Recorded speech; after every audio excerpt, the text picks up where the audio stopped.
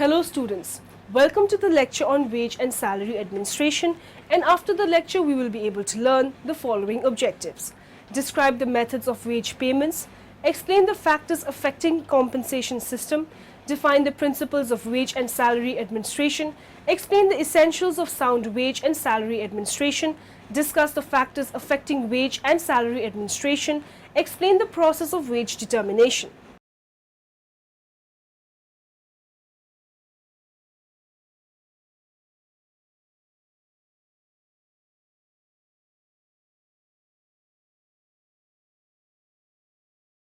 Let's start with a brief introduction to wage and salary administration. Wage is the remuneration paid for the service of labor in production periodically to an employee or worker. So payment made to labor is generally referred to as wages. Wages also refer to the hourly rate paid to such groups as production and maintenance. Salary normally refers to the periodical rates paid to clerical. So money paid periodically to person whose output cannot be measured is generally referred as salary. Wage and salary are paid as per contract of employment. The basic objective of wage and salary administration is to establish and maintain an equitable wage and salary structure, and secondary objective is to establish and maintain an equitable labor cost structure. Let's discuss the methods of wage payments. Wage payment concept is not only important for the employees but also for the employers, as they are interested in paying fewer wages. But paying low wages are not economical, as they can prove to be costly for the employer. Employer is morally responsible to pay fair wages to his employees. There are generally two methods of wage payment: time wage payment and piece wage payment. Time wage payment. In this method, worker is paid for the amount of time he has spent on the job. The period of time may be an hour, a day, a week, a month, and the wages depend upon the period of time. Here, wages are paid for the amount of time spent, not on the basis of output. Thus, it is a non-variable method of wage payment. Wages equals to the number of hours worked into the rate per hour. Applicability of time wage system. This method is used when it is difficult to fix standard time for the job, when production process is complicated and requires high degree of skill, and when machines used are costly, when the quality of work is important, when mental work is involved. The advantages of time wage system. Simple method. This method is a very simple, as it is easy to calculate the time spent on the job. Better quality. When the quality of the product is more important, in that case it is better to use this method rather than piece wage system, because in that workers are in a hurry of making more and more pieces. Less wastage. Under this method, workers are not in a hurry, so there is a less wastage of material as well as of machinery. Equal wages. All the workers are paid as per the time spent by them, not on the basis of production, so there is the equality of wages between them. Secure feeling. This method gives the feeling of security to the workers, as they will be paid irrespective of whatever is the production. Piece rate wage system. Under this system, workers are paid according to the amount of work done or the number of units produced or completed, the rate of each unit being settled in advance, irrespective of the time taken to do the work. Merits. The main advantage of this system is the recognition of merit, as efficient is rewarded. It is therefore more equitable than time rate system. It pays workers as per their efficiencies, abilities, capability, or the performance, so it gives direct stimulus and motivation to the employees for extra efforts, which may result into more productivity. It requires less managerial supervision, as total remuneration depends upon units produced and not on the time spent in an organization. Being interested in continuity of his work, a workman is likely to take greater care to prevent breakdown in the machinery or in the workshop. It is a gain to the management, since it reduces the maintenance expenditure in an organization. As the direct labor cost per unit of the production remains fixed and constant, calculation of the cost while filling tenders and estimates become easier. It results into not only increase in the output and wages, but the methods of production too are also improved, as workers demand material and tools free from defects and machinery in perfect operating conditions. The demerits is, if rates of the wages are not scientifically fixed and acceptable to the workers, it would result in workers' exploitation and may prove counterproductive. As workers are interested in completion of the job with a greater speed, may damage the machinery, quality of the output, or may increase the rate of hazards in an organization. Trade unions generally do not like the system of wage payment. They may not have full support and acceptance. It may be the major issue for industrial dispute. The factors affecting compensation system. The primary objective of a compensation system is to administer an effective and equitable pay system. It can be affected by various factors, which are as follows. Organizational provisions. Organizational provision states that the level of compensation largely depends upon the organizational operating policies and procedures. It is because the policies serve as a guideline for formulating and implementing compensation plans and programs. Moreover, organizational regulations, plans, objectives, ability for pay, etc. also affect level of pay. Government regulations. In order to protect the working class from wage exploitation by strong employers, the government enacts various laws, judicial decisions. Such laws and regulations affect compensation management because they emphasize on minimum wage rate, overtime rate, working hours, equal pay for equal work, payment of bonus, etc. Equity considerations. Equity considerations hold the philosophy that the compensation system should be fair and equitable. It means the compensation system should be similar for the same type of work within the organization. Union pressure. Labor unions are pressure groups that work in the interest of the workers. Such unions lobby the management for the formulation of fair compensation plans. These organized unions can ensure better wages for employees. Job analysis and evaluation report. Job analysis is a method through which necessary information about the contents and the context of the job is made available to determine the value of each job. The job evaluation is the process of determining the value or the worth of a job so that a payment system can be specified. Cost of living. Compensation is concerned with an overall return that an employee obtains from the organization for rendering contributions towards organization objectives. Therefore, the payment should be adequate to maintain the cost of living of the employees. Hence, the employer should manage compensation viewing the cost of living of each individual. Organizational positions. Sometimes the organization itself evaluates where it is in order to prepare compensation plans. The position of the organization is determined by its productivity. That is, if the productivity of the worker is high, it assesses itself as a higher position. The productivity of workers. Another factor of compensation management is the productivity of workers. This is the new concept of linking pay with employee performance. The principles of wage and salary administration. Since the issue of wage and salary determination has always enjoying the major consideration of any organization, it should be developed and maintained based on sound principles. Some of them are narrated below. Attempts should be made to incorporate them as far as possible while designing the compensation system.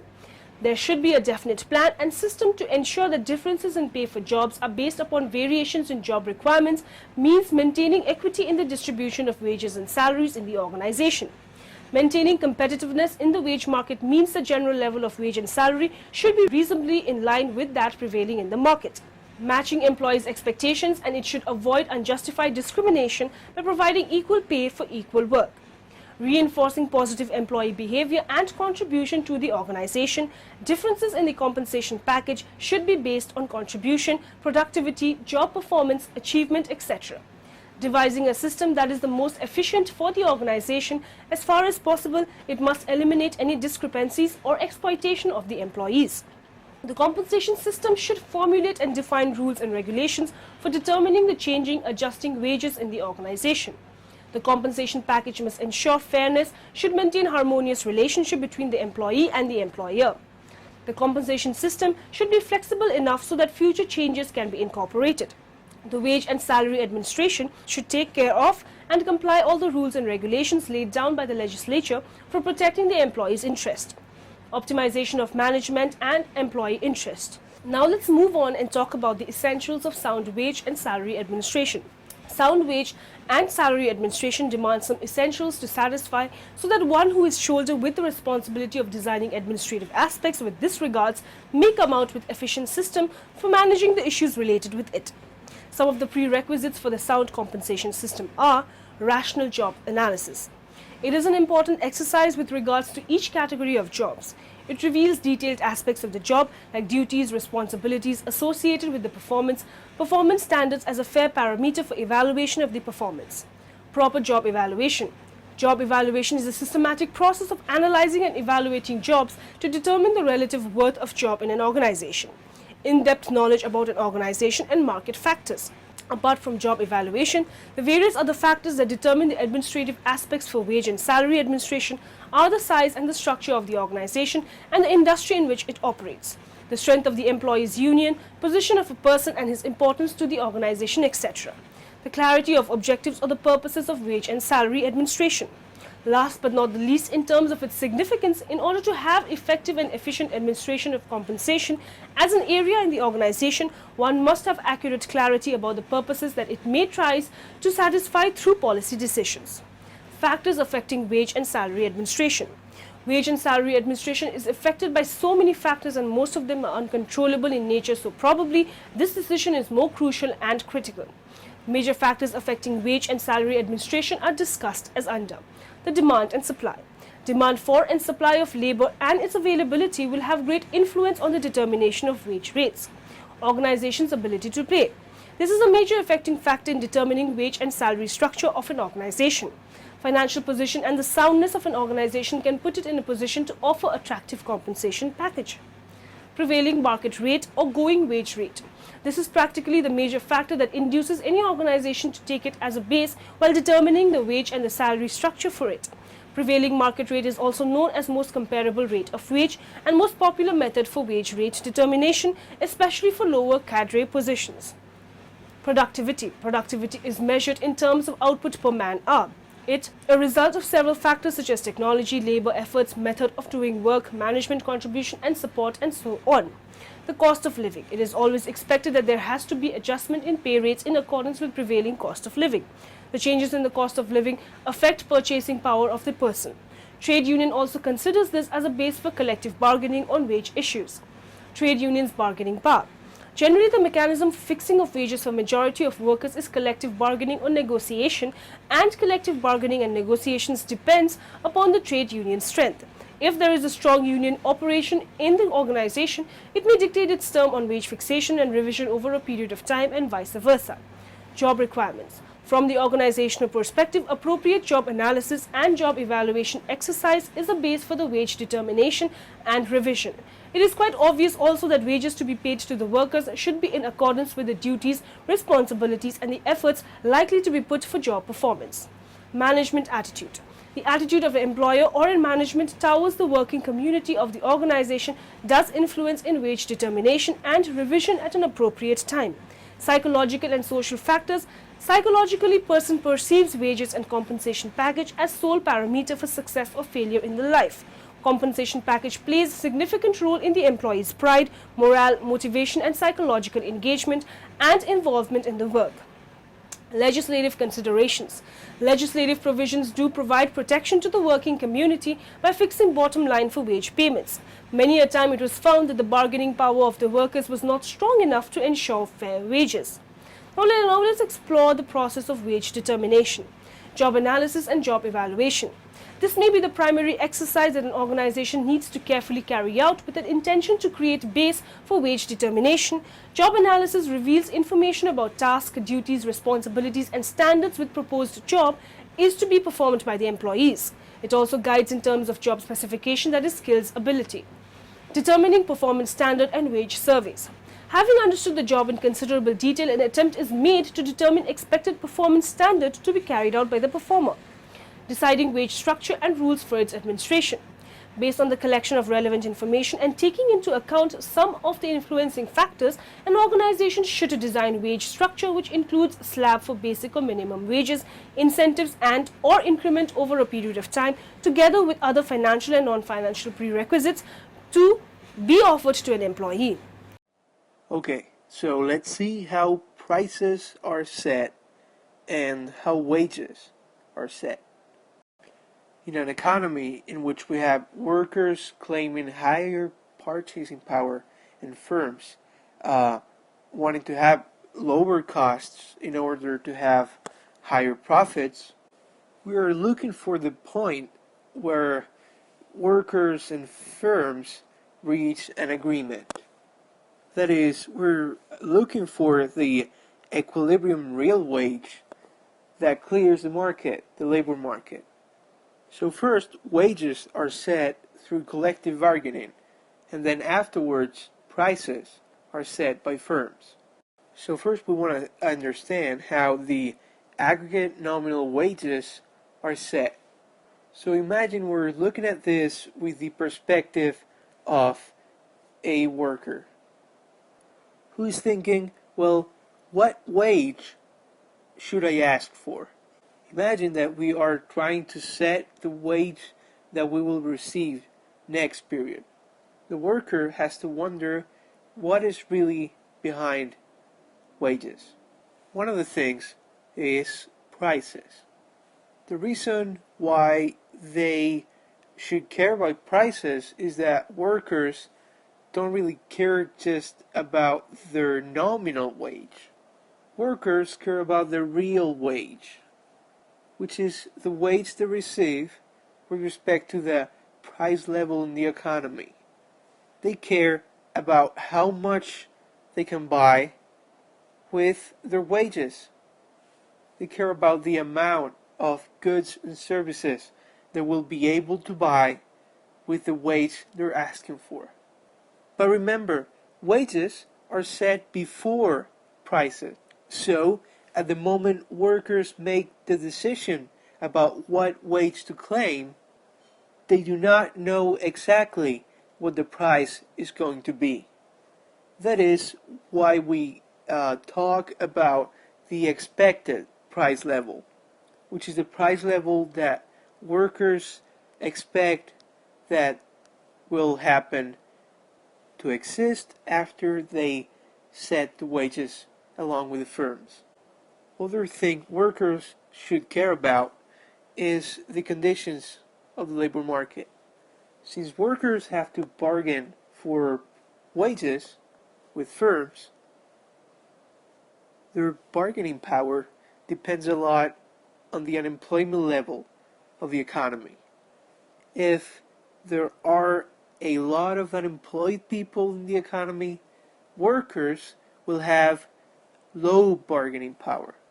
Thus, in the process, they will be forced to accept a lower wage.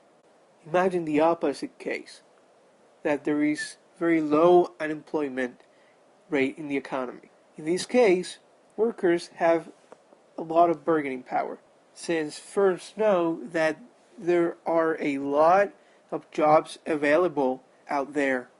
And if they don't pay enough to their employees, these workers will decide to go away to another company.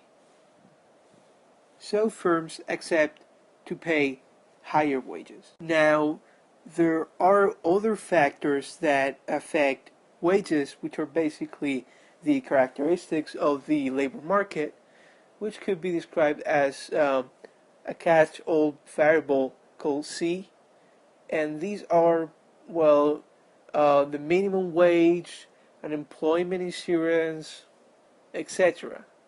You can think of it this way: whenever protection in the labor market is high, people have a higher bargaining power and they get higher wages. So now we know how to get to the basic wage setting equation. Now remember that if workers expect the price level to go up, they will bid their wages up in order not to lose any purchasing power. If the unemployment rate in the economy is high, workers will be forced to accept lower wages because they fear that if they don't accept lower wages, they will get fired. Now imagine there is a government who decides to make the labor market more flexible. They will cut down the minimum wage and the unemployment insurance, lowering C, and now firms have more power in order to force workers to accept lower wages. Now in the end, let us summarize what we have learned in this lecture. Wage and salary administration is establishment and implementation of sound policies and practices of employee compensations. Wage and salary determination and its administration has always remained a sensitive issue for an organizational management, since employees' morale, motivation, productivity and the relationship with the management more or less associated with the compensation management system. Labor unions are pressure groups that work in the interests of the workers. Such unions lobby the management for the formulation of fair compensation plans.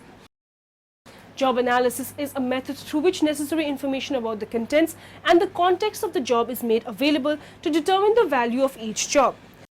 Sound wage and salary administration demands some essentials to satisfy so that one who is shouldered with the responsibility of designing administrative aspects with this regards may come out with efficient system for managing the issues related with it.